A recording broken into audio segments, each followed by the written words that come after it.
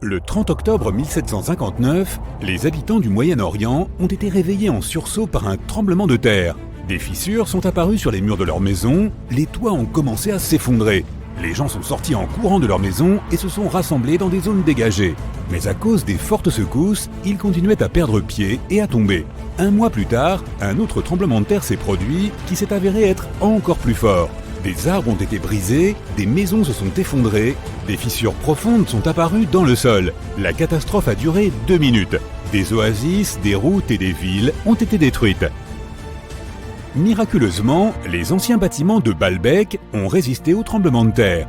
Certains historiens affirment que ce lieu majestueux et mystérieux a été construit sous l'Empire romain. Mais de nombreux chercheurs ne sont pas d'accord. Quelle que soit la vérité, la ville est l'un des principaux mystères archéologiques de l'humanité. Le bâtiment le plus étonnant de Baalbek est le temple de Jupiter. Les habitants de l'Empire romain croyaient que Jupiter détenait le pouvoir sur la foudre et le tonnerre. Le bâtiment ressemblait à une plateforme avec 54 colonnes sur lesquelles reposait un toit massif. Aujourd'hui, on ne peut plus voir que 6 colonnes de 20 mètres de haut. Chacune d'entre elles est composée de 3 sections et ressemble à un crayon. Les mines de ces crayons ont été construites en plomb, ce qui a rendu les colonnes exceptionnellement solides. Chacun de ces morceaux de pierre pesait la somme incroyable de 80 tonnes. C'est le poids de 35 SUV Ford Explorer. Voici le plus grand bloc de la grande pyramide de Gizeh. Mais comparé au bloc de Baalbek, il ne semble même pas si impressionnant. Les fondations sous le temple de Jupiter ont été préservées. C'est ainsi que les spécialistes ont découvert qu'il était composé d'environ 25 pierres monolithiques pesant 450 tonnes chacune. Cela signifie que les blocs de Baalbek pèsent presque 4 fois plus que les blocs d'Égypte. Il y a 3 autres énormes blocs de calcaire dans les fondations, pesant chacun 800 tonnes. C'est plus de 2 fois le poids d'un avion Boeing 747. Les anciens bâtisseurs ont dû avoir du mal à sculpter de tels géants dans un morceau de pierre. Et après cela, ils ont aussi dû les tirer jusqu'au site de construction et les soulever à une hauteur importante. Répéter cette logistique serait probablement un cauchemar pour les constructeurs d'aujourd'hui. Pour réaliser une telle quantité de travail, ils auraient besoin d'un équipement moderne. Mais les constructeurs de Baalbek n'avaient pas de camions, de grues avec des scies circulaires ou d'électricité.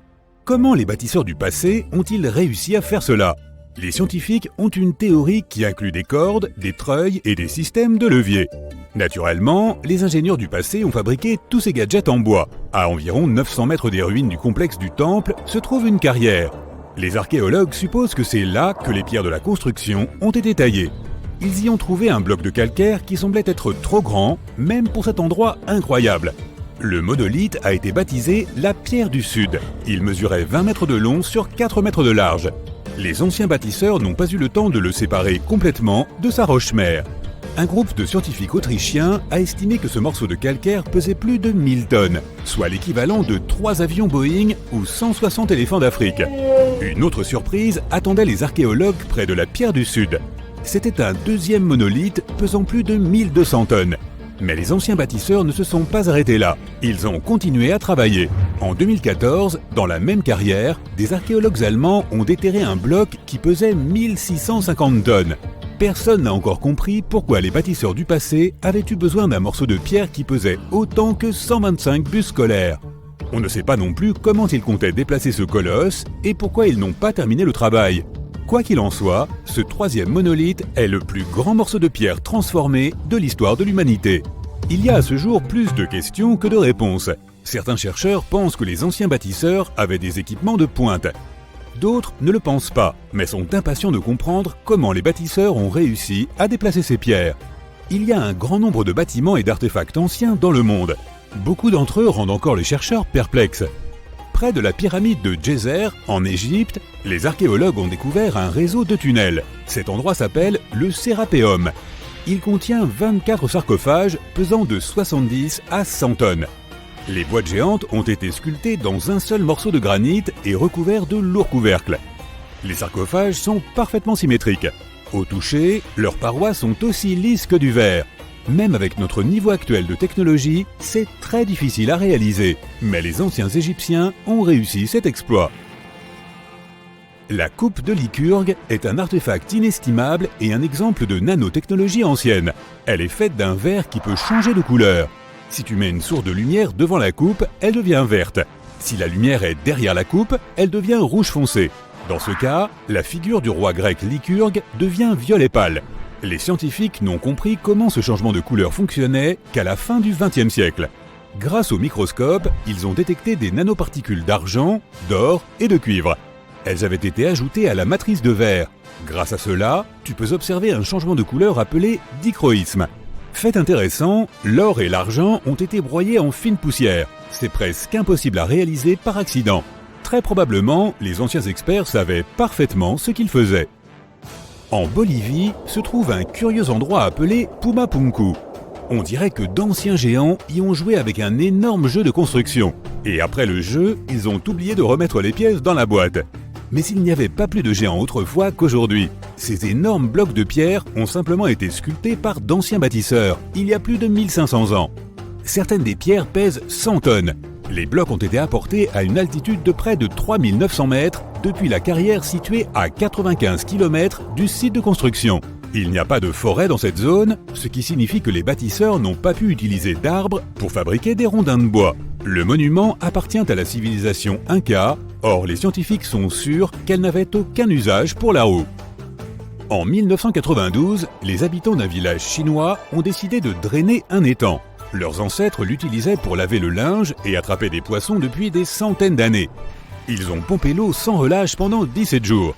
Au fond du réservoir, ils ont fait une découverte inattendue. Les villageois ont vu l'entrée d'une grotte qui descendait à une profondeur de 30 mètres. Cette incroyable découverte a été baptisée les grottes de Longyu. Des bâtisseurs inconnus avaient creusé des galeries de 30 000 mètres carrés. On y trouve des pièces séparées, des ponts, des bassins et des colonnes qui soutiennent le plafond. Les murs de la grotte sont couverts d'étranges lignes et motifs sculptés. Les scientifiques n'ont pas trouvé d'informations sur l'identité de ceux qui ont creusé les grottes, ni sur la raison pour laquelle ils l'ont fait. La technologie de construction reste également un mystère. Antonio Stradivari a vécu en Italie au XVIIIe siècle. Il crée des instruments de musique. Plus de 600 de ses œuvres ont survécu jusqu'à aujourd'hui. 500 d'entre elles sont des violons. L'un de ces instruments a été vendu aux enchères pour 16 millions de dollars. Les violons fabriqués par ce maître ont un son clair et profond. Les chercheurs n'arrivent pas à comprendre pourquoi les instruments de Stradivarius produisent des sons si uniques. Peut-être est-ce dû au vernis que le maître a utilisé pour recouvrir les violons. La réponse se trouve peut-être aussi dans le bois dont sont faits les instruments. À l'époque, l'Europe avait un climat froid. À cause de cela, le bois est devenu plus dense, et les instruments qui en étaient faits avaient un son particulièrement agréable à l'oreille. Dans la ville indienne de Delhi, il y a un pilier de 7 mètres de haut. Il pèse 6 tonnes et demie et est composé à 98% de fer forgé. Le pilier, vieux de 1600 ans, ne présente aucun signe de rouille ni de dégradation. Les scientifiques pensent que si le monument est si bien conservé, c'est grâce au climat sec et à la composition chimique du métal qui l'a rendu résistante à la corrosion. Et pourtant, les chercheurs ne savent pas comment les forgerons ont réussi à fabriquer un pilier en fer qui ne craigne pas la rouille. Cela semble être un exploit difficile, même pour les métallurgistes modernes. Le rocher Al-Nasla est divisé en deux parties par une fente parfaitement droite. Chaque bloc rocheux repose sur un petit piédestal. Certaines personnes pensent que c'est la preuve d'une ancienne technologie laser. Mais les géologues pensent que la fente est apparue en raison du déplacement du sol ou des vibrations naturelles qui se sont produites sous la roche. Ce processus a conduit à l'apparition de la fissure. Elle s'est agrandie pendant des milliers d'années et progressivement, le monument naturel a pris la forme que l'on peut observer aujourd'hui. Imagine que tu puisses passer une semaine entière à scruter des ruines anciennes et à prendre des photos des sites archéologiques les plus surréalistes qui soient. Serais-tu prêt à le faire? Alors, commençons à creuser. La première étape de ton périple est l'Asie du Sud-Est. C'est là que se trouvaient les ruines les plus impressionnantes. Commençons par Bagan, situé aux confins de la Birmanie. Il existe plusieurs façons de visiter le site, et tu es heureux d'avoir décidé de souscrire à 2 expériences différentes. La première est un voyage en montgolfière au lever du soleil. Juste avant l'aube, tu grimpes à bord du ballon et, dès que le soleil commence à poindre à l'horizon, tu entreprends de survoler cette région enchanteresse. Au fur et à mesure que le soleil s'élève dans le ciel, il se reflète sur plus de 2000 structures dorées de forme conique. Ce volume en montgolfière est plutôt bref, mais il permet d'avoir une vue imprenable sur la 60aine de kilomètres que couvre le site. De retour sur la terre ferme, tu loues un vélo et arpentes le village des ruines. Certaines d'entre elles sont à ciel ouvert et permettent un petit coup d'œil à l'intérieur. Ces magnifiques vestiges ont été construits entre le XIe et le XIIIe siècle de notre ère et faisaient principalement office de lieu de culte. Il s'y trouvait à l'origine plus de 10 000 bâtiments, mais ils se sont progressivement détériorés au fil du temps, notamment en raison des tremblements de terre. Heureusement, le site a été inscrit au patrimoine mondial de l'UNESCO en 2015 et est préservé depuis. Tu attrapes ensuite un volume pour le Cambodge, où tu prends le temps de visiter les temples d'Angkor, un célèbre site archéologique niché au cœur de la jungle. Heureusement que tu as emporté de l'insecticide avec toi. La cité d'Angkor aura été la capitale de l'Empire Khmer du 9e au 15e siècle. Et pour information, le mot Angkor signifie « capitale » en ancien sanskrit. Fondée par le roi Yasovarman Ier, la ville est devenue l'une des plus grandes cités du monde pré-industriel. Les chercheurs affirment que près d'1 million de personnes y auraient revécu. Encore aujourd'hui, Angkor est admiré pour son architecture étonnante.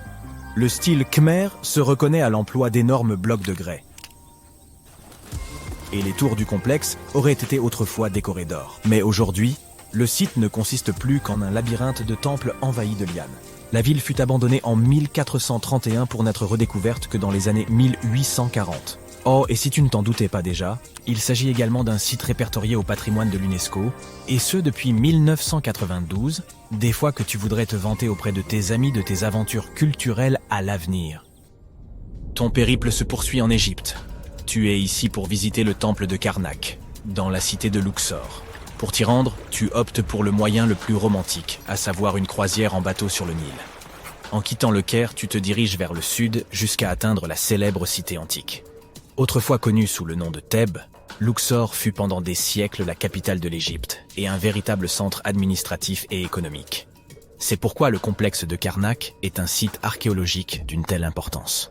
Tu choisis de le visiter de nuit et, dès l'entrée, tu es frappé par la beauté du site. Le soir, de puissants projecteurs illuminent d'une lueur dorée les statues et les colonnes en pierre du temple. Celui-ci est immense et a été principalement construit au XVIIIe et XIXe siècle avant notre ère. Chaque pharaon égyptien de cette période a apporté sa propre marque architecturale au site. L'apogée de cette visite est une promenade dans l'allée des Sphinx, conclue par la découverte de la grande salle hypostyle. Cette vaste chambre est remplie de piliers imposants et de colonnes en grès massif. C'est un spectacle à couper le souffle. De l'Égypte, tu te diriges vers la Jordanie. Si tu aimes les paysages au ton mordoré, tu es au bon endroit. La cité de Pétra est une merveille du monde antique. Située dans le désert jordanien, la ville fut un centre commercial dès le XVe siècle avant notre ère. Les Nabatéens, un ancien peuple arabe, demeuraient aux abords de la ville rose et a prospéré pendant de nombreux siècles, ayant accumulé une quantité importante de richesses. La ville était connue pour son système innovant de gestion des eaux, lequel a rendu la région habitable. Et bien entendu, tu auras un aperçu de S&E vestiges lors de ta visite. La structure en forme de porte monumentale, sculptée à même la roche, et qui a fait la renommée de Pétra, s'appelle la Khazne, ou trésor du pharaon. Elle se trouve à l'entrée principale du site, et on dit qu'un véritable trésor y serait enfoui. N'oublie pas de te placer juste en dessous de l'arche, et de prendre l'une de ces photos connues de tous pour tes réseaux sociaux. Une fois Pétra cochée sur ta liste, tu t'envoles pour le sud de l'Europe. Plus précisément, la pointe de la botte italienne. Tu as prévu une excursion d'une journée afin de visiter les ruines de Pompéi. Pompéi est accessible en voiture depuis la ville de Naples. Elle abrite les ruines sinistres mais parfaitement préservées d'une cité qui fut jadis engloutie par la lave. L'éruption du Vésuve, en 79 après JC, a laissé la ville de Pompéi complètement ensevelie sous des millions de tonnes de cendres. La cité antique a été retrouvée pour la première fois sous la roche volcanique au XVIe siècle. Mais ce n'est que dans les années 1870 que l'on a entrepris de l'excaver. Aujourd'hui, tu pourrais déambuler dans les allées de ces anciennes ruines romaines et te figurer à quoi ressemblait la ville à son apogée. Pompéi était une agglomération riche et animée. Les ruines du site ont révélé que de nombreux quartiers de la ville possédaient plusieurs fours à pain, de vastes marchés et même des maisons avec balcons. Un signe de grande richesse à l'époque. Et crois-le ou non, certaines œuvres d'art ont survécu à l'éruption. Les archéologues ont découvert des sculptures et des fresques parfaitement conservées, représentant des banquets et des créatures mythologiques. Tout cela tend à indiquer que les membres de la haute société y résidaient. La ville possédait même des thermes et un système de douche fabriqué dans des matériaux de luxe. Pendant que tu te trouves encore en Europe, tu feras bien un saut pour visiter l'emblématique Stonehenge. C'est une parfaite excursion d'une journée si tu séjournes un jour à Londres, qui ne se trouve qu'à un court trajet de ta destination. Stonehenge est situé dans la plaine de Salisbury, dans le Wiltshire, en Angleterre, et représente l'une des ruines les plus connues au monde. Vieux de plus de 5000 ans, ces curieux anneaux de roche comptent parmi les plus anciennes structures en pierre de la planète. Faits de grès, ils sont entourés de mystères, car on ignore encore largement qui les a construits et dans quel but. Les théories les plus répandues affirment que Stonehenge aurait été utilisé comme un calendrier solaire géant, construit pour aider les gens à garder le compte des jours, des semaines et des mois. Quel travail acharné pour créer un banal calendrier, n'est-ce pas? La dernière étape de ton voyage t'emmènera à la découverte de l'Amérique latine. Au Guatemala, en Amérique centrale, se trouvent d'anciennes ruines mayas. La cité perdue de Tikal est un site composé de 3000 bâtiments, les vestiges de l'ancienne capitale de l'Empire maya. Son importance était autrefois comparable à celle de villes comme Londres ou New York aujourd'hui. L'Acropole Nord est l'ensemble de monuments le plus ancien de Tikal. Érigée à la seule force des bras humains en 350 avant notre ère, elle servait de lieu de dernier repos aux rois et aux prêtres. À l'époque, ces pyramides à degrés étaient peintes en rouge, une couleur adorée des Mayas. Mais aujourd'hui, bien sûr, tu ne verras plus que le calcaire. Tu te demandes peut-être ce qui a pu précipiter la chute d'une ville aussi grandiose. Les archéologues n'ont aucune idée de la cause du déclin de Tikal. Jusqu'à aujourd'hui, cette question demeure sans réponse. S'agit-il d'une famine? D'une épidémie? Peut-être ne le saurons-nous jamais. Envie de découvrir d'autres ruines mayas? Chichén Itzá est un site archéologique qui abrite les pyramides les mieux conservées de la planète. Située dans l'état mexicain du Yucatan, cette cité maya a plus de 1500 ans et elle abritait 35 000 personnes à son apogée. Le site s'étend sur près de 500 hectares et comporte de nombreuses ruines. Son point culminant est El Castillo, un immense temple flanqué d'escaliers qui s'élève à 25 mètres au-dessus du sol. Sa particularité réside dans le fait qu'il comporte 91 marches sur chacune de ses 4 faces. En comptant la plateforme supérieure, cela fait un total de 365 marches, qui se trouve également être le nombre de jours de l'année solaire. Ouf! Quel voyage trépidant! Il est temps de rentrer à la maison et de méditer sur tout cela. À la prochaine fois. Quand tu entends parler de ruines anciennes, tu ne les imagines jamais suspendues quelque part, ou simplement accrochées à la branche d'un arbre, n'est-ce pas? En fait, pour la plupart des objets anciens que nous avons exposés dans les musées du monde entier, les archéologues ont fait un travail de fouille impressionnant. Tu vois, les bâtiments ont cette drôle de façon de se dégrader avec le temps si l'on n'en prend pas soin correctement. Parfois, nous devons réutiliser certains matériaux de construction, et une bâtisse plus ancienne peut alors être sacrifiée dans le processus. D'autres fois, les maisons sont abandonnées, et dès qu'elles sont exposées aux éléments en surface, comme la pluie ou le soleil, elles n'ont plus aucune chance. Certaines s'écroulent tout simplement sous l'effet de la bonne vieille érosion. La seule façon pour un édifice de survivre à l'épreuve du temps est d'être enterré en profondeur. Mais comment ces architectures finissent-elles par être enterrées? C'est une véritable comédie d'erreurs. Les villes anciennes avaient l'habitude d'élever progressivement le niveau de leur sol, comme un enfant qui ajoute des garnitures à sa coupe glacée. En effet, ces colonies étaient toujours occupées à collecter de la nourriture et des matériaux de construction pour faire face à l'augmentation constante de leur population. Mais qui a le temps de s'occuper des déchets et des ordures? À l'époque, ce n'était pas vraiment une priorité sur leur liste de tâches. Ainsi, lorsqu'il s'agissait de construire de nouvelles maisons, les civilisations anciennes économisaient leur sueur et leurs larmes, en empilant les décombres et en construisant directement dessus. Mais ce n'est pas tout. De temps en temps, les rivières entrent en crue et déposent une couche de sédiments sur le sol des villes. Cela a pour effet d'encapsuler encore davantage ces anciennes constructions. Et dans les régions sèches, comme le désert, où le vent aime à montrer ses mouvements de danse de sable et de poussière, tu peux parier que c'était une lutte constante pour garder les établissements propres. Un exemple hilarant est celui du Sphinx, dont la tête était enfouie dans le sable jusqu'à ce qu'un groupe d'archéologues le mette au jour en 1917.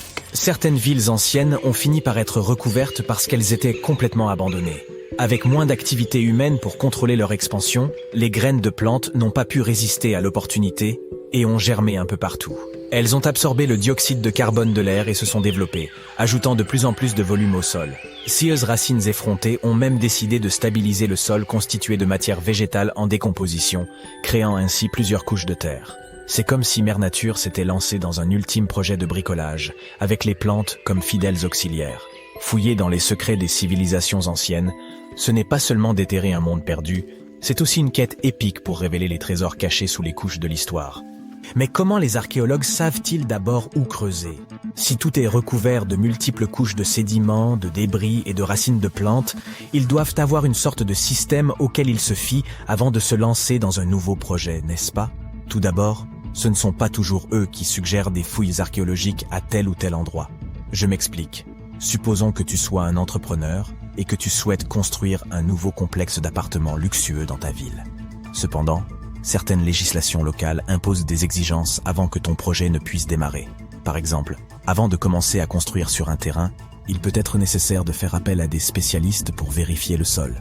Scieuses personnes intelligentes peuvent être des archéologues, des géologues ou des paléontologues, et elles doivent garder un œil sur le processus en phase de développement. En cas de découverte d'artefacts ou d'écofacts, termes savants pour désigner des vestiges organiques, ces experts interviennent pour les fouiller et les étudier. Mais qu'en est-il des sites qui n'ont rien à voir avec les bulldozers et les chapeaux jaunes? Les archéologues ont plus d'un tour dans leur sac lorsqu'il s'agit de localiser les points chauds de l'Antiquité. Ils plongent dans les archives historiques et font un travail de détective. En recherchant de vieux documents et de vieilles cartes, ils peuvent reconstituer le puzzle de l'activité humaine dans une région donnée. Si un site a déjà été visité, c'est encore mieux. La découverte de traces de fouilles antérieures ou de récits historiques peut donner aux archéologues de nombreuses informations sur les endroits où poursuivre leur chasse au trésor. Avant de commencer à manier leur pelle, les archéologues se livrent à une sorte de balayage visuel. Armés d'un système de quadrillage, ils se promènent sur le site, à l'affût de tout artefact susceptible de se cacher juste sous la couche supérieure de la terre. Qu'il s'agisse d'outils en pierre taillée, de verres historiques ou même d'anciennes décharges, oui, elles ont aussi de la valeur. Ces explorateurs à l'œil vif peuvent repérer des signes d'activité humaine plus rapidement que la plupart des gens. S'ils tombent sur un hamac coquillé, terme savant pour désigner un dépôt d'ordures, ils savent avec certitude que l'homme a jadis habité cet endroit. Les archéologues ne se contentent pas de leur fidèle pelle. Ils disposent d'un arsenal de gadgets pour les aider dans leur recherche de merveilles cachées. Les outils géophysiques sont en quelque sorte leurs armes secrètes. Prenons l'exemple du résistivimètre. Cet appareil astucieux mesure la composante électrique du sol et tout élément ou artefact enfoui. Un mur enterré, par exemple, produira une résistivité différente de celle du sol environnant. Les magnétomètres et les géoradars fonctionnent de la même manière, mettant en évidence les indices potentiels de trésors anciens dans le sol. Et qui pourrait oublier notre vieil ami, le GPS?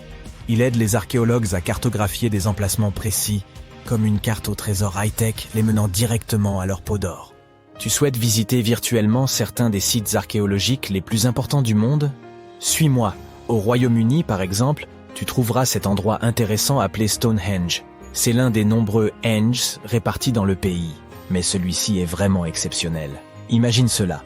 Des pierres anciennes et massives se dressent fièrement, disposées sous forme d'un anneau à l'extérieur et d'un fer à cheval à l'intérieur, avec quelques pierres plus petites pour faire bonne mesure. Et devine quoi? Ces pierres étonnantes existent depuis plus de 5000 ans. C'est ce que l'on appelle une longévité à toute épreuve. C'est là que les choses deviennent intéressantes. Selon le folklore local, le légendaire magicien Merlin a sorti sa baguette magique et a téléporté ces pierres massives depuis l'Irlande. Apparemment, des géants les avaient assemblées là-bas, mais Merlin a décidé qu'elles seraient bien plus belles à leur nouvel emplacement. D'autres pensent qu'il s'agit simplement des ruines d'un ancien édifice spirituel romain. Ces structures étonnantes ont été construites par nos ancêtres de l'âge du bronze. Avec leurs outils simples et leur technologie limitée, ils ont réussi à créer ce chef-d'œuvre monumental. Impressionnant, non? Malheureusement, nous ignorons encore beaucoup de choses sur cette région. L'objectif initial de Stonehenge reste encore aujourd'hui un mystère. Certes, il existe de nombreuses théories, mais les scientifiques ne sont pas encore parvenus à se mettre d'accord sur le sujet. On sait cependant qu'il est parfaitement aligné pour accueillir le lever du soleil lors des solstices d'été et d'hiver. L'ancienne ville de Pompéi est un site archéologique tout aussi étonnant. Imagine un peu, le Vésuve, un fauteur de troubles notoires, a décidé de piquer une crise volcanique et a complètement recouvert cette ancienne ville romaine. Il l'a transformée en capsule temporelle, située à l'extérieur de l'actuelle Naples, en Italie. En 1748, une bande d'explorateurs aventureux est tombée sur Pompéi. Ils ont découvert alors un trésor de choses bien conservées. Des rues, des maisons, de la nourriture, probablement un peu périmée, des bijoux clinquants, des sculptures raffinées, des fresques colorées, des objets ménagers de tous les jours, et même des restes humains et animaux. C'était comme une fête archéologique épique. À première vue, Pompéi avait tout pour plaire. Des maisons et des villas de luxe, une immense arène de 20 000 places, de jolies petites boutiques d'artisans, des lieux de rencontre comme des tavernes, sans oublier les endroits coquins comme ces bains luxueux où l'on pouvait se faire dorloter intensément. Il y a aussi le sanctuaire d'Apollon, où les gens se réunissaient pour leur culte quotidien. Et bien sûr, le cœur animé de la ville, le forum de Pompéi, où tous les gens branchés avaient l'habitude de se retrouver. Et devine quoi ? Pompéi est tellement cool qu'elle a été inscrite sur la liste du patrimoine mondial de l'UNESCO en 1977. C'est en quelque sorte le panthéon de l'histoire. Cette liste comprend également de nombreux autres bâtiments et sites célèbres, comme le Taj Mahal en Inde et l'Acropole d'Athènes en Grèce. Imagine que tu puisses passer une semaine entière à creuser dans le sol, à chercher des ruines et à prendre des photos des sites archéologiques les plus fantastiques du monde. Serais-tu prêt à le faire ? Alors mets ta loupe dans ta valise et allons creuser un peu. Quand on est à Rome, on vit comme les Romains. C'est-à-dire qu'on se promène dans la ville en trébuchant à chaque pas sur des ruines antiques. Donc tu te balades sur la colline de l'Esquilin par un après-midi ensoleillé. Tu viens de finir ta 3e glace quand tu la vois soudain. La magnifique Domus Aurea, ou pour ceux qui ne parlent pas latin, la Maison Dorée. L'empereur romain Néron a ordonné la construction de cet immense palais en 64 après Jésus-Christ. Les travaux se sont terminés en 68 après Jésus-Christ. Au fait de sa gloire, elle occupait une surface 3 fois plus grande que la cité du Vatican. Le bâtiment a été décoré de feuilles d'or, de pierres semi-précieuses et de dizaines de fresques. Le palais comptait plus de 300 pièces, dont certaines donnaient sur un magnifique vignoble et un bois bruissant d'animaux. Il contenait aussi une énorme statue de 30 mètres de haut de Néron lui-même. La salle octogonale était la plus grande construction du palais. À l'origine, c'était une salle de banquet, avec des cascades tout le long des murs du fond. La salle tournait autour de son axe jour et nuit, tandis que d'en haut tombaient constamment des pétales. Les successeurs de Néron ont dépouillé tout le palais de ses matériaux. Aujourd'hui, les touristes peuvent visiter la structure principale et, bien sûr, la salle octogonale. Elle a été excavée et tu la reconnaîtras facilement même avec ses murs dénudés. Après avoir traversé la moitié du globe en avion, nous voilà au cœur de la jungle cambodgienne. Heureusement que tu as apporté ton spray insecticide, les moustiques deviennent littéralement fous dans ce climat tropical. Cachée au milieu de la forêt se trouve la ville d'Angkor. C'était la capitale de l'Empire Khmer entre le 9e et le 15e siècle. Pour info, le mot Angkor signifie capitale en langue khmer. La ville était l'une des plus grandes du monde à l'époque pré-industrielle. Les chercheurs affirment que près d'1 million de personnes y vivaient. Aujourd'hui, Angkor attire des visiteurs du monde entier en raison de son architecture étonnante. Tu reconnaîtras le style khmer à l'utilisation d'énormes blocs de grès. Au centre du complexe se trouve le temple Bayon. Il est décoré de 216 visages souriants qui, selon les scientifiques, sont censés ressembler aux fondateurs de l'empire d'Angkor. Ils pensent que les tours étaient autrefois décorées d'or, mais aujourd'hui, le site est un labyrinthe de temples couverts de lianes.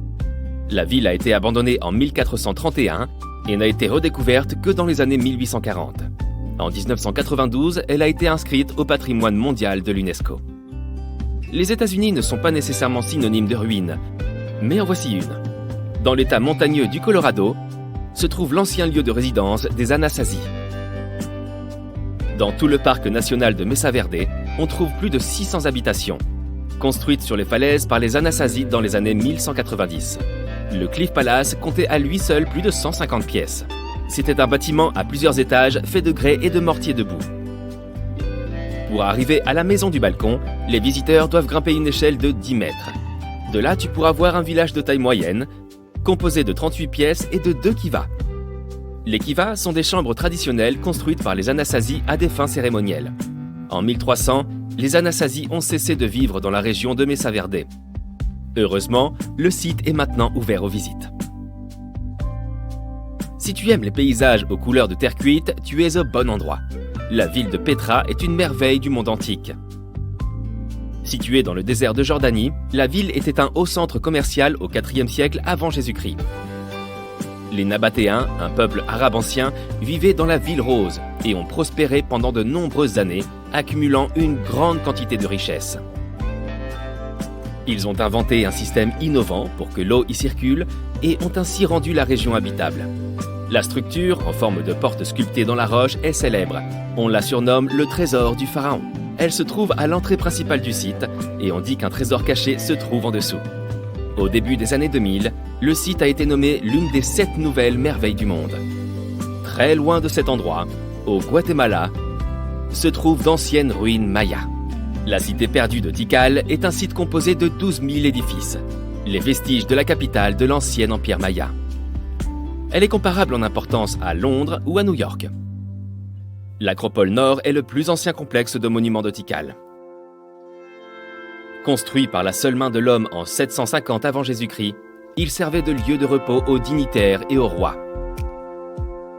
À l'époque, les temples en forme de pyramide étaient peints d'un magnifique rouge.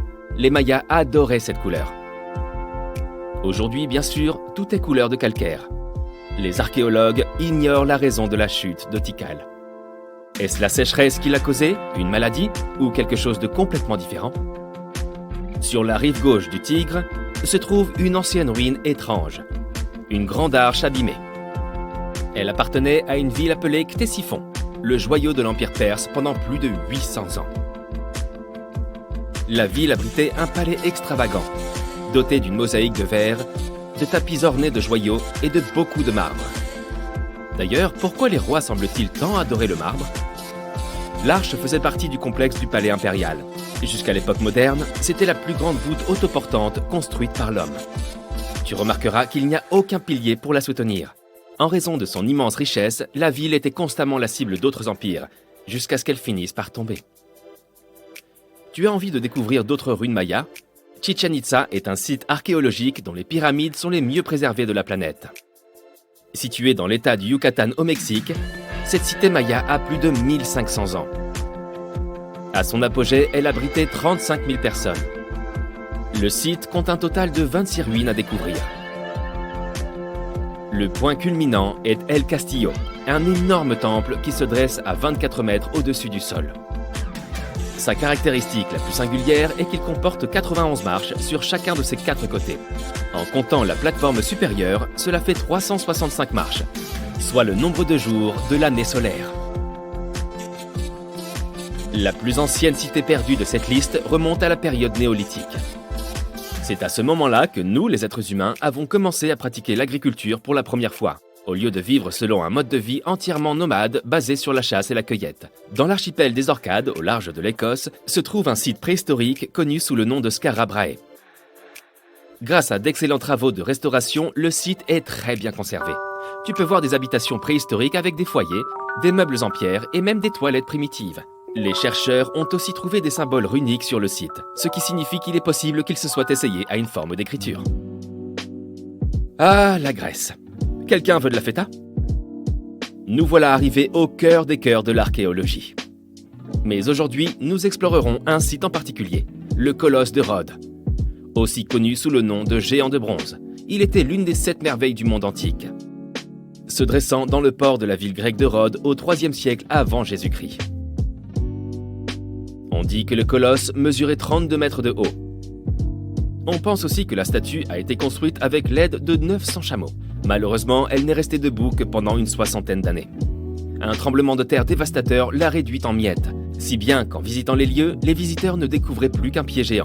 Maintenant, il n'y a plus rien à l'endroit où se trouvait la statue. On trouve un grand nombre de murs en ruine de par le monde. Et pour notre dernière visite de la journée, c'est exactement de cela dont il va s'agir. Tout au nord de l'Angleterre se trouve la ruine du mur d'Adrien. L'empereur romain a fait construire ce mur afin de séparer son empire des peuples de Calédonie. Le mur originel était beaucoup plus grand que ce qu'il en reste aujourd'hui. Mais les ruines sont tout de même assez impressionnantes. Elles consistent en une structure qui s'étend sur 117 km d'une côte à l'autre.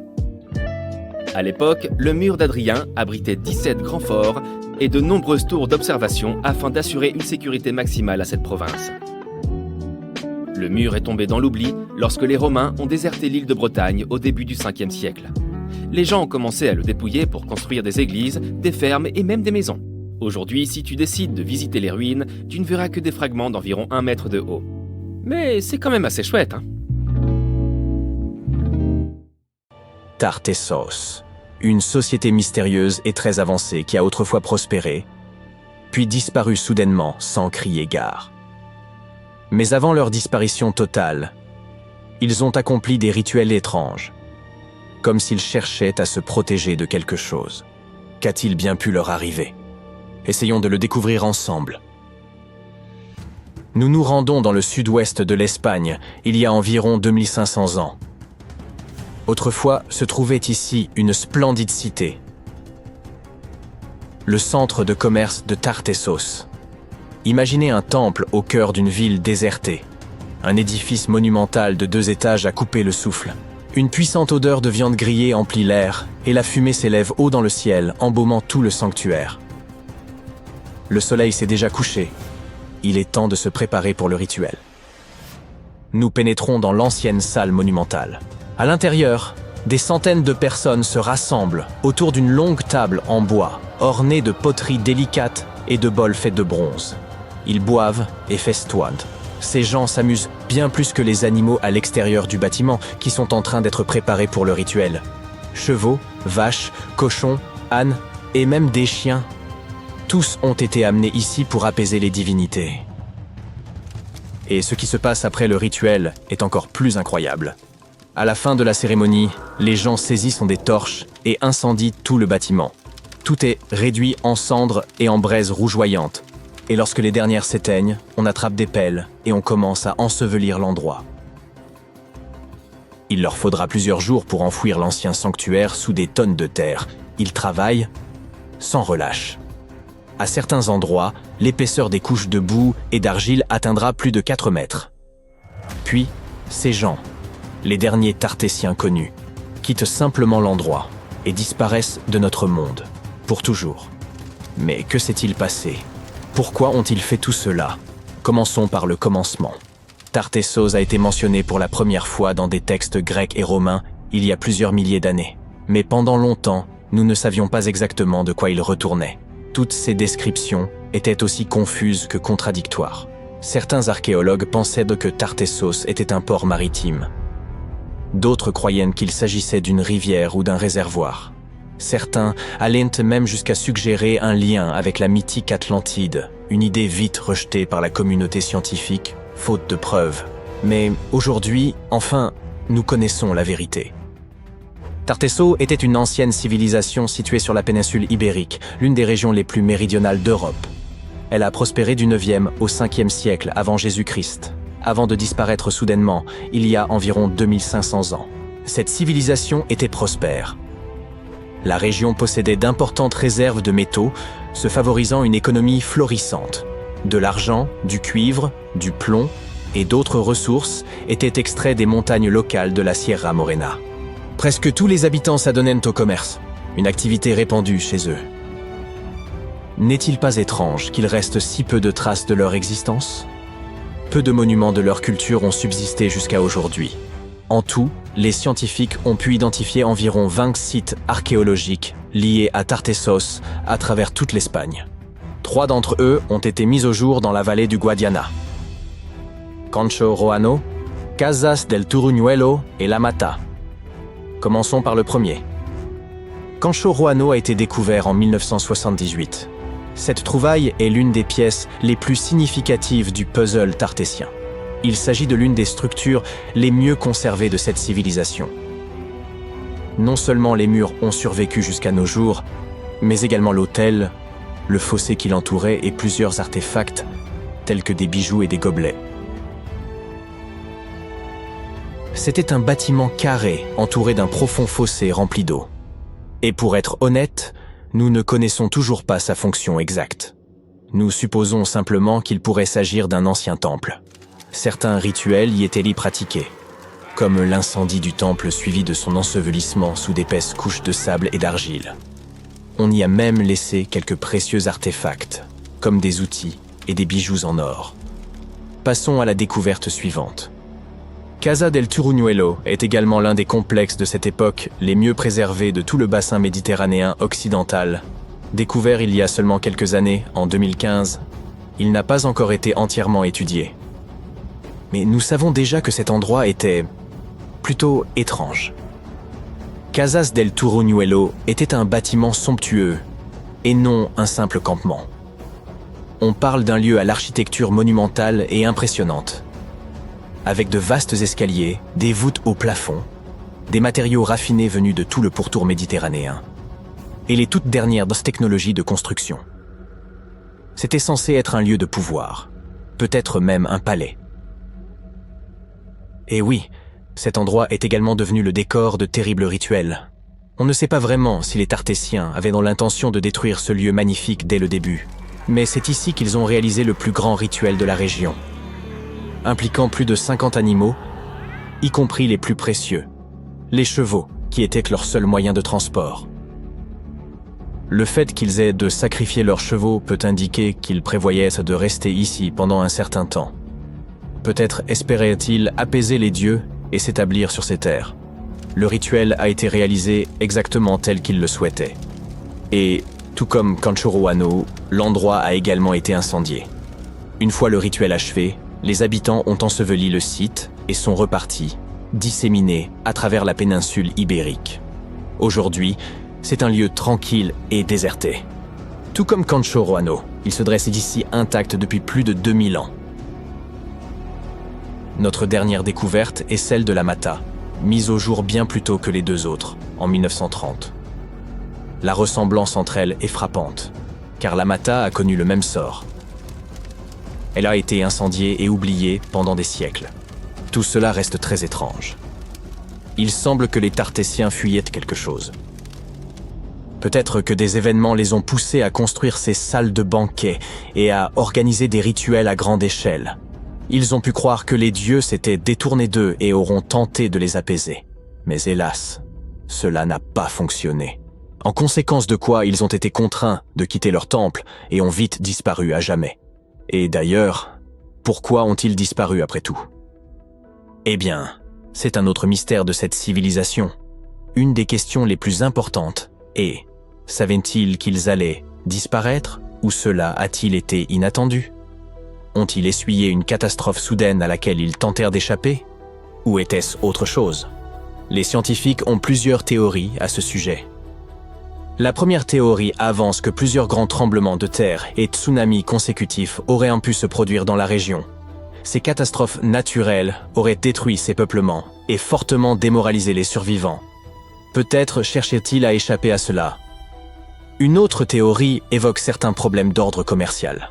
Étant riches en minerais et dépendants de leur économie, tout problème à ce niveau aurait pu entraîner de graves difficultés.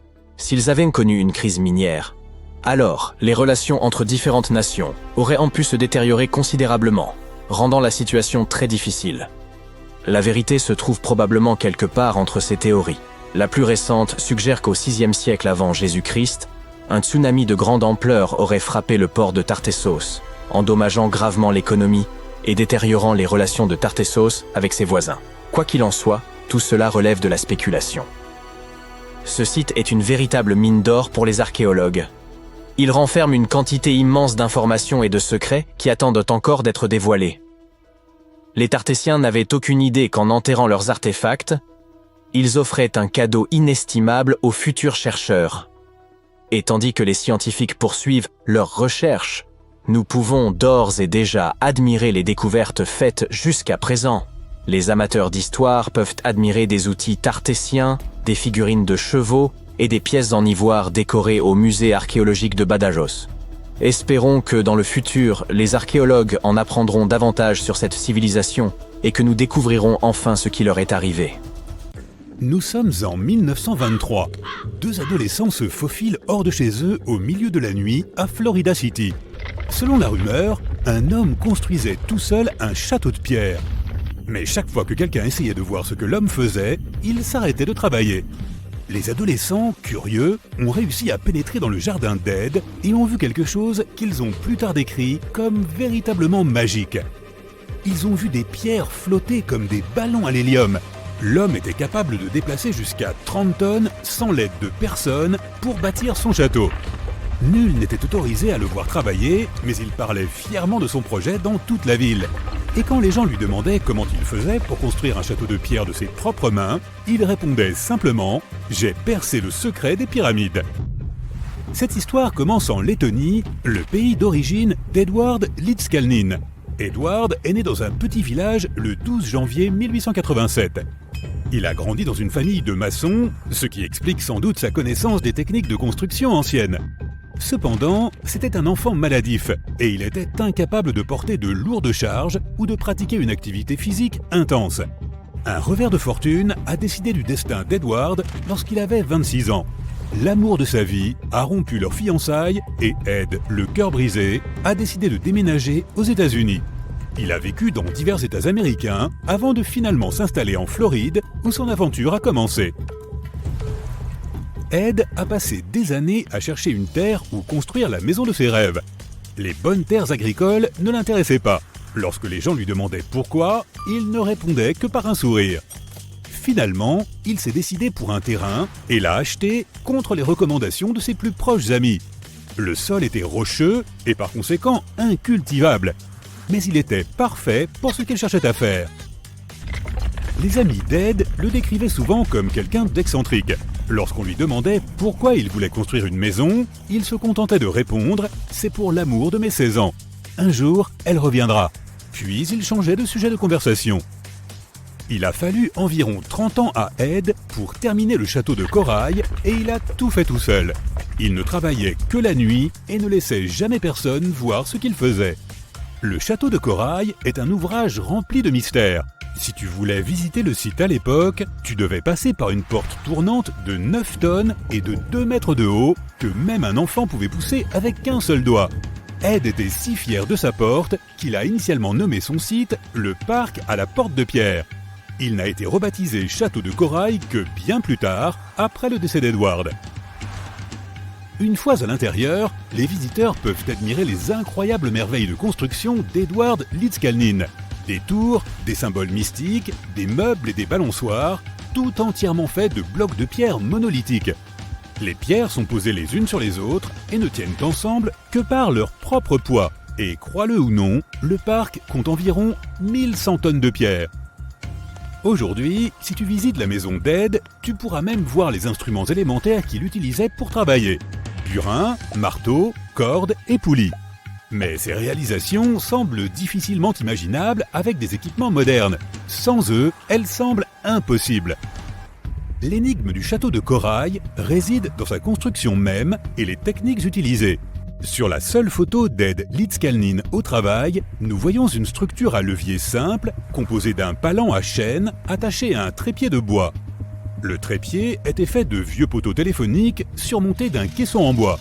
Ce qu'il y avait dans le caisson demeure bien sûr un mystère. Malheureusement, il a emporté ses secrets avec lui, n'ayant jamais dévoilé la vérité de son travail à quiconque. Mais nous en saurons peut-être davantage un jour, car plusieurs personnes ont émis des théories et continuent encore aujourd'hui de spéculer sur les techniques employées. Selon l'une de ces théories, il existerait un réseau harmonique dans la couche superficielle de la Terre et donc des zones d'antigravité en certains points du globe. On pense que le château de corail aurait été construit sur une de ces zones. Cela pourrait expliquer pourquoi Ed a mis si longtemps à trouver le terrain qui lui convenait. Peut-être cherchait-il un site qui lui permettrait d'exploiter ses forces antigravitationnelles. Mais chaque fois qu'Ed parlait de son travail, il disait simplement qu'il avait tout compris des lois relatives au poids et aux effets de levier et qu'il avait percé le secret des pyramides. Mais de quel secret s'agissait-il, te demandes-tu peut-être ? D'après Ed lui-même, tout reposait dans le magnétisme. Il a même publié un texte intitulé « Le courant magnétique ». Il y explique que toute chose contient des particules magnétiques, il ne reste qu'à découvrir où elles se trouvent exactement à l'intérieur de tel ou tel objet. Et ainsi, les objets peuvent être soulevés et déplacés sans presque aucun effort. Un peu comme on déplace quelque chose de lourd sous l'eau. Les scientifiques disent que si nous supposons qu'Ed Lidskalnin et les bâtisseurs de pyramides ont utilisé la même technique, il n'aurait fallu qu'environ 4700 ouvriers pour construire la grande pyramide de Gizeh, au lieu des 20 à 100 000 estimés habituellement.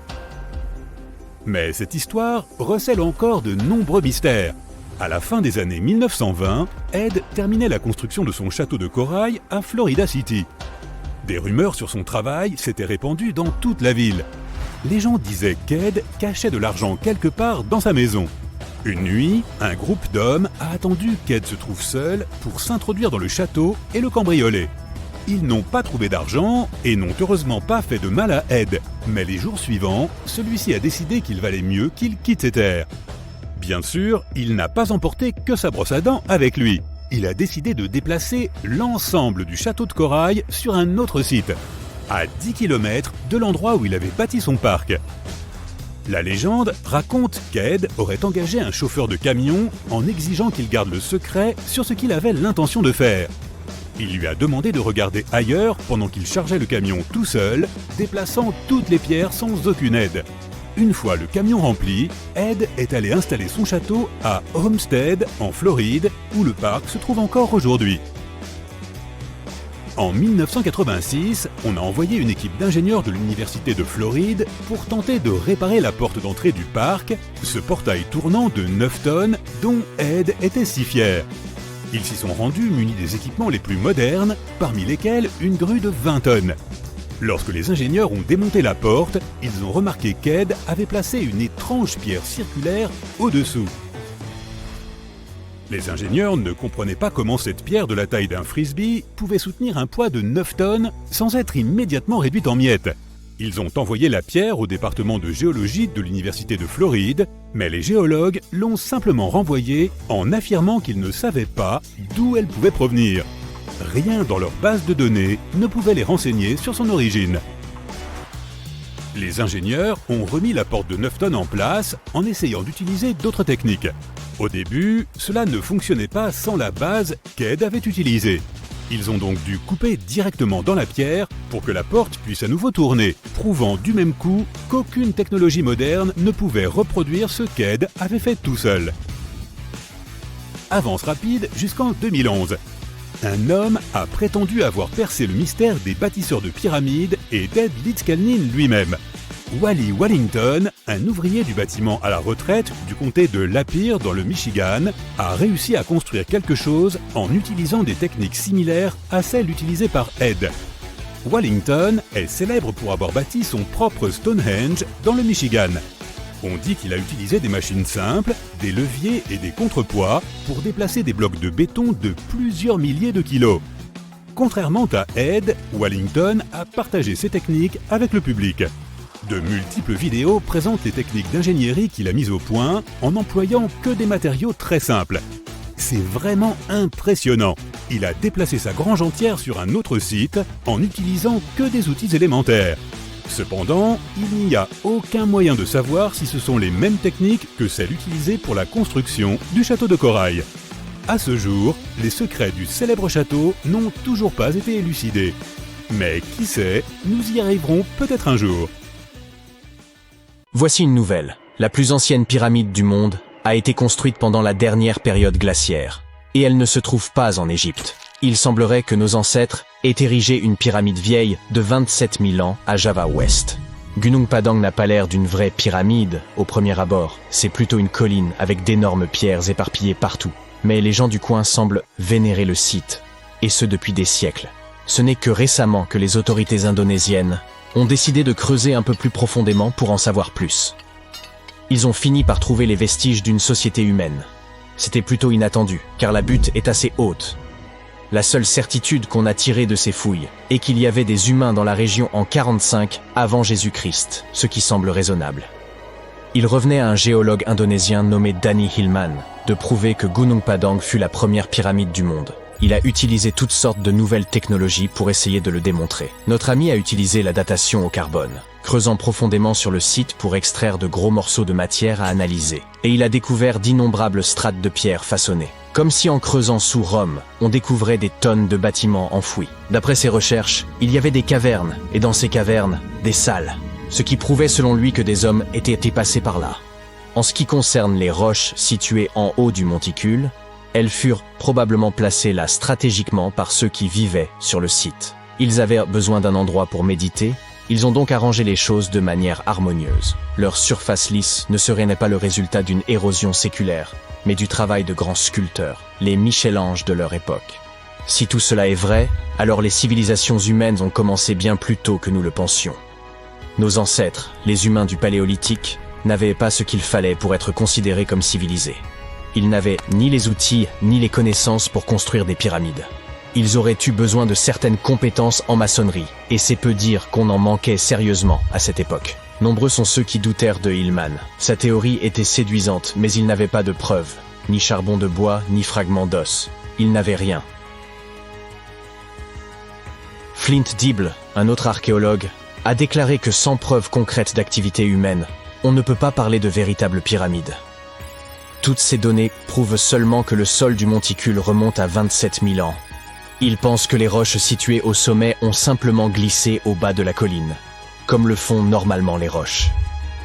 Seule une société très avancée aurait réussi à construire une telle pyramide à degrés. Et selon Bill Farley, un archéologue américain, il n'y a tout simplement aucune raison de croire qu'il y avait des sociétés humaines en Indonésie lors de la dernière période glaciaire. Pour info, la plus ancienne société connue possédant ce type de connaissances remonte probablement à 11 000 ans. Elle occupait la région de l'actuelle Turquie. Regardez ça, voici le Göbekli Tepe. Ce n'est pas non plus une pyramide, mais c'est la plus ancienne construction monolithique réalisée par des humains. Retour à la période néolithique. Pas mal de gens s'étaient installés dans le coin.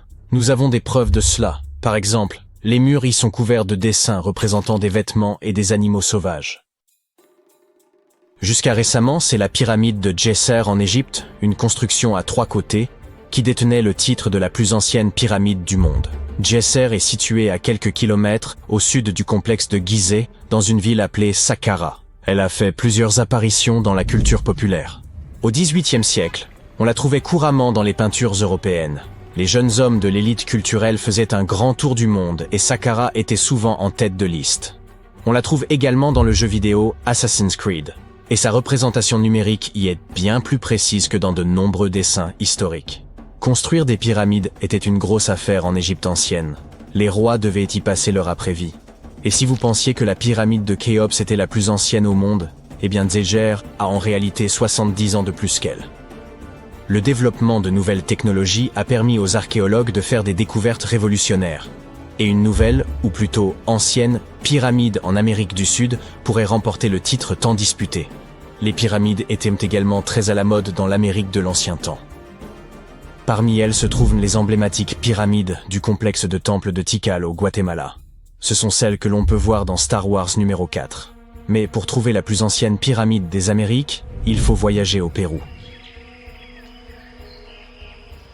Au plus profond du désert péruvien, des archéologues sont tombés sur une vaste métropole ancienne connue sous le nom de Caral. Au début, ils ont pensé que le site était assez récent, car sa complexité aurait demandé un développement technologique que les anciens ne possédaient pas. Comme nous l'avons dit, Caral est situé dans le désert, comme Las Vegas, mais sans tout le bling-bling. L'accès à l'eau y est donc difficile. Et pour que des villes comme celle-ci prospèrent, il faut un système d'irrigation considérable, d'où la nécessité de technologies complexes.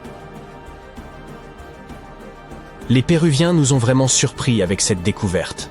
Leur site était immense, avec un amphithéâtre, des maisons et des bâtiments religieux. L'ensemble s'étendait probablement sur 150 hectares. Et lorsque les scientifiques ont testé leur hypothèse initiale en utilisant la datation au radiocarbone, ils ont découvert que la ville avait probablement vu le jour vers 2027 avant notre ère. Sur le site, les archéologues ont trouvé 6 pyramides qui pourraient éventuellement être antérieures à celle de Saqqara. D'après ce qu'on sait, 2 civilisations coexistaient à cette époque, dans des parties opposées du monde. Mais comme les chercheurs ne peuvent pas préciser l'âge exact des pyramides de Caral, il est assez difficile de savoir quelle civilisation a terminé sa pyramide en premier. Si seulement nous avions une boule de cristal. Il se trouve que la forme d'une pyramide est quelque chose que la nature peut produire toute seule. Ce qui a de quoi pas mal déconcerter les humains modernes. Un exemple classique est le site japonais de Yonaguni, également connu sous le nom de l'Atlantide du Japon. Le monument dans son ensemble fait environ la taille de 5 terrains de football et s'élève aussi haut qu'un bâtiment de 5 étages. Les explorateurs et les scientifiques pensent que Yonaguni remonte à 10 000 ans.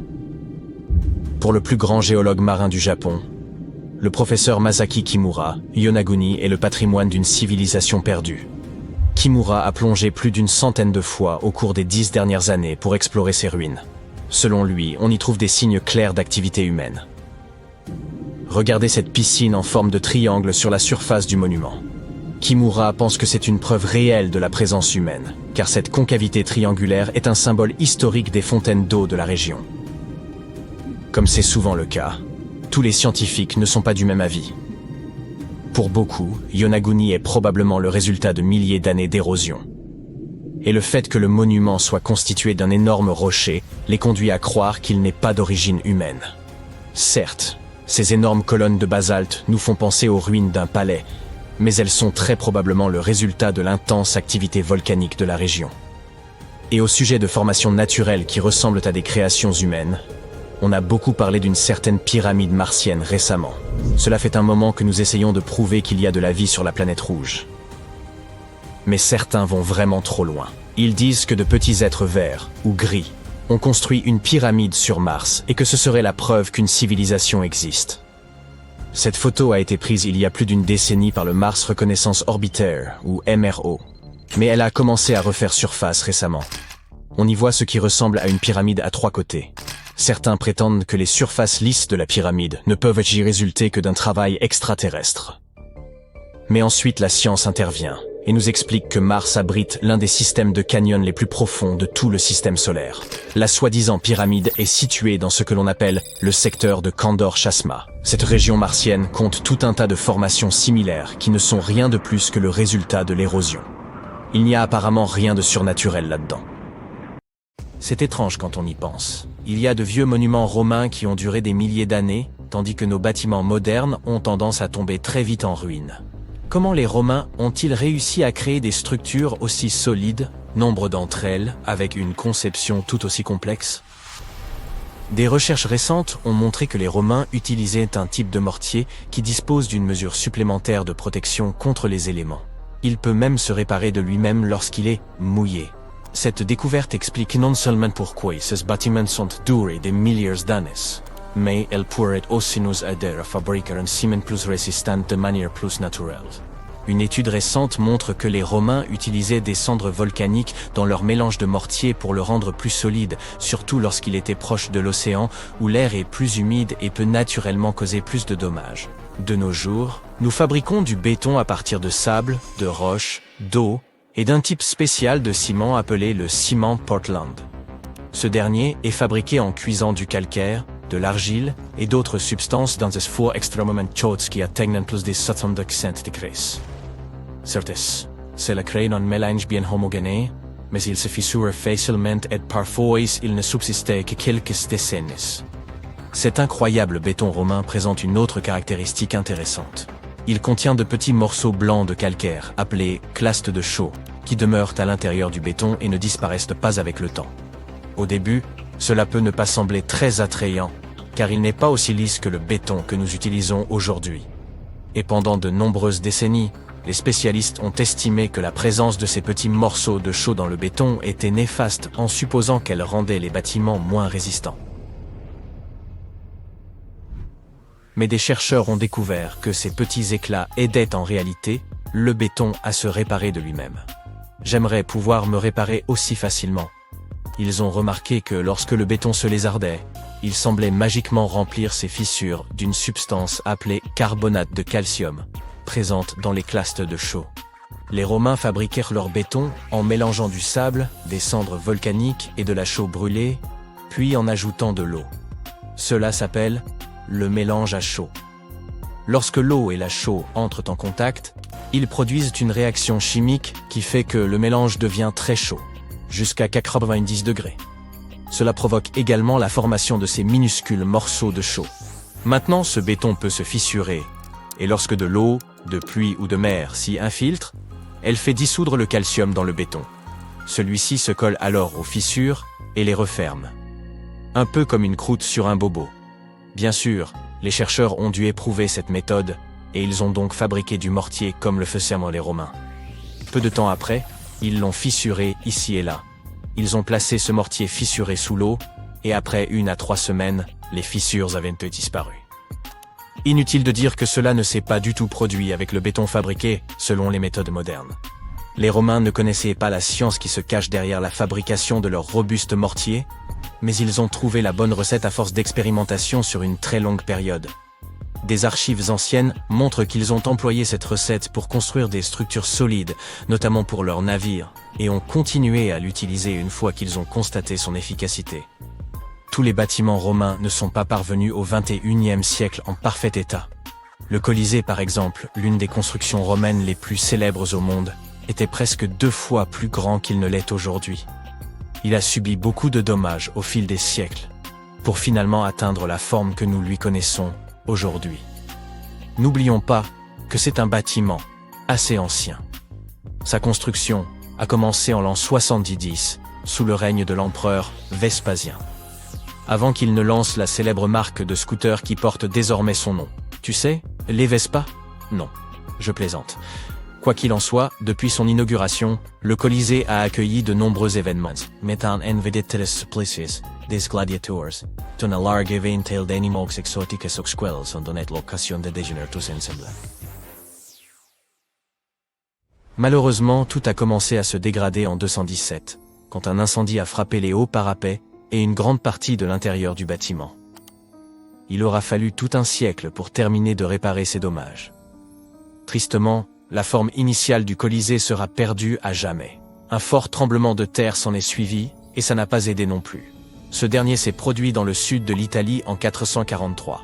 À ce moment-là, une partie considérable de l'enceinte extérieure du Colisée a été endommagée. Puis bien vite, lorsque les habitants ont commencé à rencontrer des difficultés, ils ont dû compter sur la vente de morceaux de marbre de l'ancien Colisée pour s'en sortir. Un autre tremblement de terre a eu lieu en 1349, qui a porté le coup le plus dévastateur au Colisée. C'est à ce moment-là que le côté sud du bâtiment s'est totalement effondré. Il a alors commencé à ressembler davantage au bâtiment que nous pouvons aujourd'hui admirer dans la capitale italienne. Tout n'est pas si mal, cependant. Certaines pierres qui avaient été ébranlées du Colisée ont été utilisées pour reconstruire d'autres monuments célèbres de Rome. Donc, d'une certaine façon, la partie manquante du Colisée ne manque pas du tout. Elle a juste été recyclée, dans toute la ville. Un des bâtiments qui présente des morceaux de pierre de l'ancien Colisée n'est autre que le Palazzo Venezia, un musée local. En parlant de bâtiments étranges, tu as probablement déjà vu celui-ci, car c'est l'un des endroits les plus photographiés au monde. Tu peux voir en ligne des photos de personnes s'appuyant dessus, ou d'autres qui font ressembler le bâtiment à un cornet glacé. Ce célèbre monument italien est, l'as-tu deviné? Oui, la tour de Pise, et on dirait qu'elle est à 2 doigts de se répandre sur le sol. Si tu veux un jour la visiter, tu devras te rendre dans la ville italienne du même nom, près de la place des Miracles. Étrangement, ce bâtiment est plus célèbre pour son inclinaison gênante que pour son histoire ou sa fonction. En 1178, alors que la construction de la tour n'était pas encore achevée, les gens ont réalisé que le bâtiment commençait déjà à pencher, et c'était avant même qu'on ait atteint le 3e étage. Ils ont rapidement compris que ça n'avait rien à voir avec les plans du bâtiment ou les matériaux utilisés. Tout cela se produisait en raison du sol meuble et mouvant qui se trouvait sous la construction.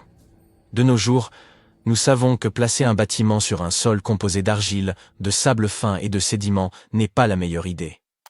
Mais à l'époque, les gens ne savaient pas comment déterminer cela avant de construire quoi que ce soit. Avançons rapidement de quelques siècles, et il est devenu clair que cette tour de 55 mètres n'est pas seulement penchée. Elle tombe, et à un rythme considérable, de 2 mm par an. Cela peut ne pas sembler beaucoup, mais multiplie ça par des centaines d'années.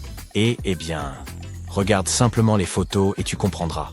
Cette tour penchée instable est aujourd'hui inclinée de près de 5 mètres par rapport à son axe. Alors, pourquoi ne s'est-elle pas complètement écroulée?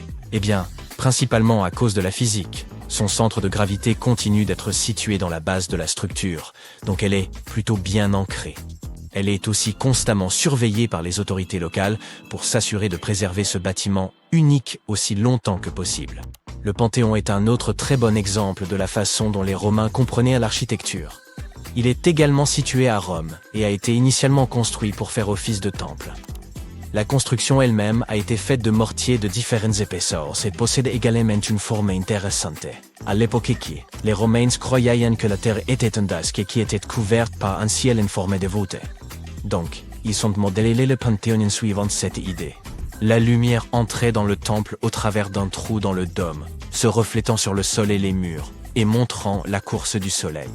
C'est également l'un des monuments romains antiques les mieux conservés. Il n'est donc pas étonnant que de nombreux autres bâtiments aient été conçus pour lui ressembler. Rien qu'aux États-Unis, le Capitole, le Jefferson Memorial et la National Gallery de Washington sont tous censés avoir été inspirés par cette construction antique. Le célèbre peintre Michel-Ange était si impressionné par ce monument qu'il croyait qu'une force surnaturelle avait dû présider à sa construction. L'endroit où il se trouve est également très particulier en raison de l'histoire qu'il recèle. Selon la légende, c'est de cet endroit précis que le fondateur de Rome, Romulus, se serait élevé à dos d'aigle jusqu'au rang de Dieu. Un peu comme Gandalf en somme. Non? Bon, sur ce, je file. Des tunnels, des métros, des réseaux souterrains et même des passages secrets permettant d'accéder aux maisons des personnes riches et célèbres. Pourquoi avons-nous besoin de tunnels? Vous demandez-vous peut-être? Pour se cacher. De nombreuses villes ont des tunnels souterrains et même des doubles souterrains. Maintenant, soyons clairs, ces passages ne sont normalement pas reliés entre eux, contrairement à la rumeur populaire selon laquelle il serait possible de se rendre d'Écosse en Turquie en empruntant des passages secrets construits il y a environ 5000 ans. Oui, si construire cela semblerait fou même aujourd'hui, imaginez à l'époque. Ces tunnels s'appellent officiellement des souterrains refuges. Et ils ont probablement été construits au Moyen-Âge. Mais nous ne connaissons pas la date exacte de leur création. C'est en Bavière qu'ils sont le plus nombreux, mais on en trouve aussi beaucoup en Grande-Bretagne et en France. Les souterrains refuges, qui sont absolument uniques dans le monde entier, se caractérisent par des couloirs étroits de forme ovale et des goulets d'étranglement appelés, en allemand, Schlupf ou Sleep-Out en anglais. Malgré les spéculations, leur fonction reste un mystère. Cependant, certains de ces tunnels sont équipés de cheminées et même d'évents, ce qui pourrait signifier qu'ils servaient principalement d'abri. Datant du Moyen-Âge, peut-être même du XIIe siècle, les souterrains refuges manquent de marqueurs archéologiques et nous n'avons aucun document historique à leur sujet. Il n'est donc pas surprenant que de nombreuses rumeurs circulent sur leur fonction. Certains scientifiques sont convaincus qu'il s'agissait d'espaces de stockage, bien que leur étroitesse rende cette hypothèse peu plausible. D'autres pensent qu'ils servaient de cachette aux agriculteurs lors des invasions tribales. Cependant, le fait qu'ils ne disposent que d'une seule entrée remet en question leur efficacité pour échapper aux menaces. Si vous vous sentez l'âme d'Indiana Jones et que vous souhaitez vous aventurer dans ces tunnels, vous avez de la chance. Quelques structures, comme l'Erdstahlratgeblücken en Autriche, accueillent les visiteurs désireux d'en savoir plus. Cependant, la plupart des souterrains refuges sont fermés au public. Les origines de ces tunnels souterrains restent largement inconnues, tout comme leur véritable fonction.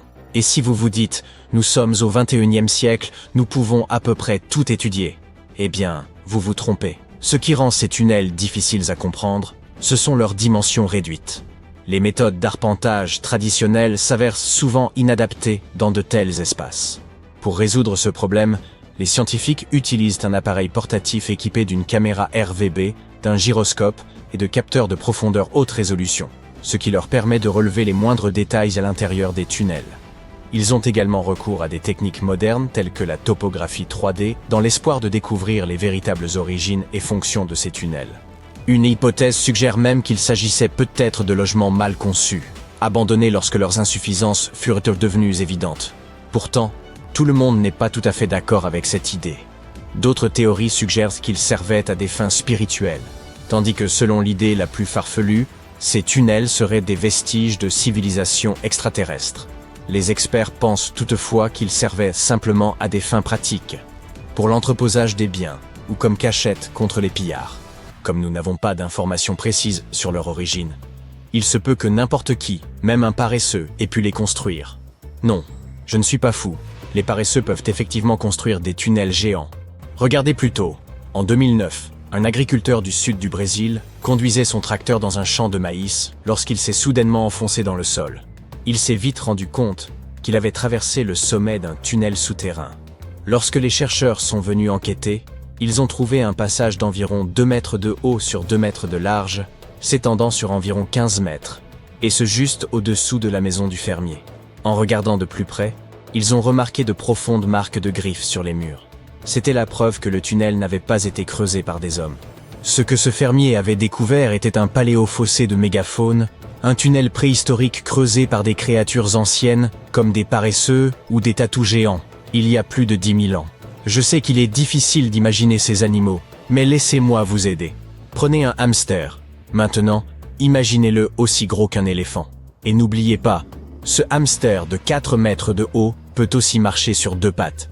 À leur époque, il y a environ 15 millions d'années, et jusqu'à il y a 10 000 ans, de nombreuses espèces de paresseux et de tatous géants parcouraient les Amériques. Et certains creusaient bien ce genre de tunnel. Aujourd'hui, beaucoup de ces tunnels sont remplis de sédiments, même si certains restent dégagés, comme celui que notre fermier a découvert.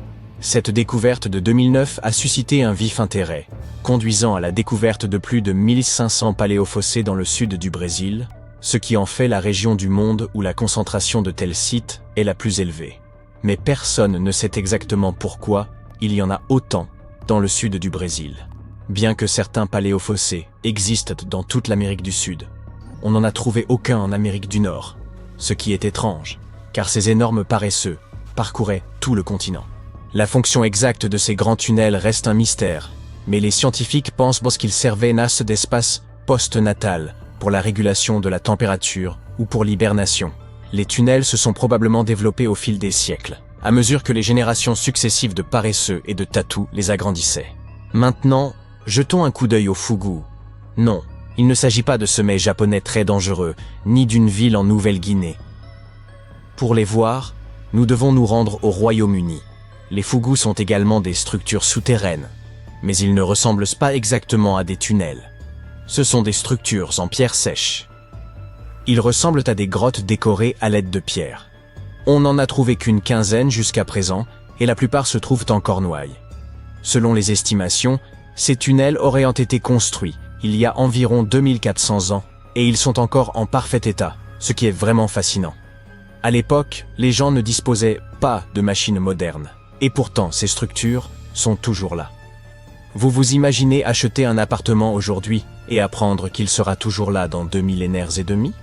Pour en revenir à nos Fougous, leur fonction supposée n'a rien d'extraordinaire. Ils pouvaient être utilisés à des fins spirituelles, comme cachette ou comme garde-manger. Cette dernière fonction est cependant un peu surprenante. Je suppose que ce n'est un secret pour personne que l'Angleterre est réputée pour son taux d'humidité excessif, et que si vous voulez bien conserver vos aliments, vous devez éviter l'humidité à tout prix. Sinon, vous pouvez dire bonjour à la moisissure et aux champignons. Mais les peuples anciens n'étaient pas bêtes du tout, autrement ils n'auraient pas survécu, et vous et moi ne serions pas là aujourd'hui. Ils utilisèrent donc peut-être ces Fougous pour stocker certains produits, des produits présentant une moisissure naturelle, et contribuer ainsi à la conservation des denrées périssables, comme le lait, le beurre et le fromage. Mais bon, ce ne sont là que suppositions. La véritable fonction de ces tunnels reste inconnue. Ce qui rend les Fougous uniques, c'est qu'il s'agit de tunnels construits délibérément, et non de mines creusées comme on en trouve au pays de Galles, par exemple. Ils ont été réalisés par l'excavation de tranchées profondes, puis revêtus de dalles de pierre de fête, avant qu'on y déverse du remblai. Tout cela demandait beaucoup de temps et d'efforts. Cependant, quelle que soit la difficulté, les villes du monde entier sont souvent bâties sur des réseaux de tunnels complexes, uniques à chaque endroit. Par exemple, Paris est célèbre pour ses vastes carrières souterraines, qui ont été abandonnées il y a des années, mais qui présentent toujours un risque d'effondrement dans certaines zones. Londres possède l'un des plus grands réseaux de tunnels au monde, dont beaucoup ont été spécialement créés à des fins militaires. À New York, des rumeurs circulent sur l'existence de tunnels secrets, tandis qu'à Los Angeles, on trouve d'anciens tunnels datant de la Prohibition, utilisés par les bars clandestins. De nombreuses autres villes possèdent d'énigmatiques tunnels. Et étonnamment, la Floride ne fait pas exception. Remontons jusqu'en 2011, à Ybor City. Près d'un ancien bureau de poste, une inondation a fait apparaître quelque chose d'étrange. Les vestiges d'une structure inconnue. À l'époque, les gens n'y ont pas vraiment prêté attention. Et ce n'est que 7 ans plus tard que l'on a découvert quelque chose de vraiment fascinant. Ce quartier historique a été fondé dans les années 1880, mais on ignorait jusqu'en 2018 qu'il abritait également un réseau de tunnels cachés. Nous ne l'avons découvert que grâce à des travaux de rénovation. Leur fonction exacte, bien sûr, est inconnue, mais la plupart des scientifiques sont convaincus qu'ils servaient à relier les premières salles de jeu au port de Tampa. Il est difficile de déterminer l'étendue de ce réseau de tunnels. En 2018, on a trouvé dans une maison historique de Seminole Heights des portes verrouillées menant à des tunnels datant des années 1920. Un habitant a même déclaré avoir parcouru un tunnel pendant une vingtaine de minutes. Selon certaines rumeurs, ces tunnels relieraient le fleuve Hillsborough à Ybor City. Les recherches se poursuivent, mais aucune nouvelle information n'a encore été dévoilée. Ouf! Cet été aura été plus chaud que jamais. Nous avons l'impression d'être des brochettes de guimauve cuites sur le grill. Certes, le monde devient plus chaud, mais certaines régions ont toujours dû lutter contre des températures élevées. Il s'avère que les gens avaient aussi des inventions pour se rafraîchir dans l'Antiquité. Et certaines d'entre elles fonctionnent toujours, même 3000 ans plus tard. Voyons comment les gens se sont protégés de la chaleur tout au long de l'histoire. Mets un glaçon dans ton soda et prépare-toi à découvrir comment les gens survivaient à la chaleur. En parlant de glaçons, sais-tu que les Perses avaient mis au point un système de stockage de la glace? Dans les déserts de la Perse ancienne, les gens ont eu une idée hors du commun pour éviter que leur nourriture ne se transforme en gâchis à moitié fondu. Ces Perses ingénieux sont tombés sur une astuce de physique qui leur a permis de créer de la glace au milieu du désert. Ils ont appelé ces structures yakshals, ce qui signifie en fait puits de glace. Ces puits de glace n'étaient pas des glaciers ordinaires. All s'étaient comme des réfrigérateurs souterrains secrets. De l'extérieur, les yakshals ressemblaient à des structures faites de briques et de boue en forme de dôme. Mais à l'intérieur, c'était un tout autre monde. Ces fosses à glace étaient dotées d'un système de refroidissement par évaporation qui fonctionnait comme par magie. La nuit, lorsque le désert se refroidissait, les Perses exploitaient l'effet de refroidissement radiatif. Ils ont aménagé des tranchées intelligemment conçues pour contenir de fines couches d'eau. L'eau gelait, défiant la chaleur du désert. Il y avait aussi des aires de stockage souterraines. Les Perses récupéraient de l'eau glacée qui fondait dans ces tranchées fraîches et, pendant la nuit, ils la congelaient à nouveau, tirant ainsi le meilleur parti possible du refroidissement naturel du désert. Pour ajouter à cet effet de refroidissement, ils ajoutaient un mur pour abriter les zones de stockage du soleil brûlant de la mi-journée. Et ce n'est pas tout. Ils disposaient d'une fantastique structure appelée le Badgair, qui captait la brise et la dirigeait directement vers les fosses de glace. De l'air frais et une brise glacée, la combinaison gagnante.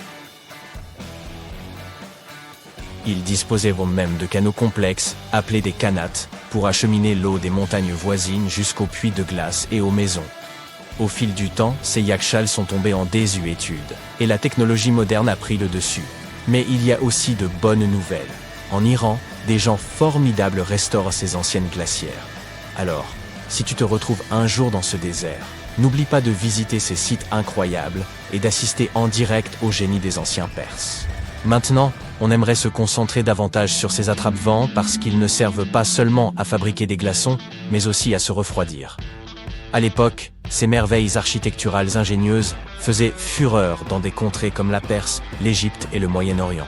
Imagine des structures en forme de tour avec des ouvertures à différents niveaux, stratégiquement placées, pour exploiter la puissance de la brise naturelle. Ces ouvertures étaient nues comme des portails magiques pour le vent. Elles captaient ces rafales rafraîchissantes et les guidaient directement dans les espaces de vie des habitations. En fait, il s'agissait de climatiseurs naturels. La brise s'écoulait gracieusement vers le bas, rafraîchissant le sol tout en virevoltant à travers le bâtiment. Le secret réside ici dans les détails. La hauteur de la tour, le nombre de côtés, les ouvertures et le positionnement des pales intérieures. Tout joue unrolled dans l'efficacité des tours éoliennes. Grâce à ces capteurs de vent, les sociétés anciennes pouvaient profiter de températures intérieures agréables sans trop transpirer. Peux-tu imaginer vivre à cette époque? Sentir la douce brise souffler dans ton palais, te procurant une sensation de fraîcheur et de bien-être? On attribue souvent aux Perses l'invention de ces impressionnants attrape-vents.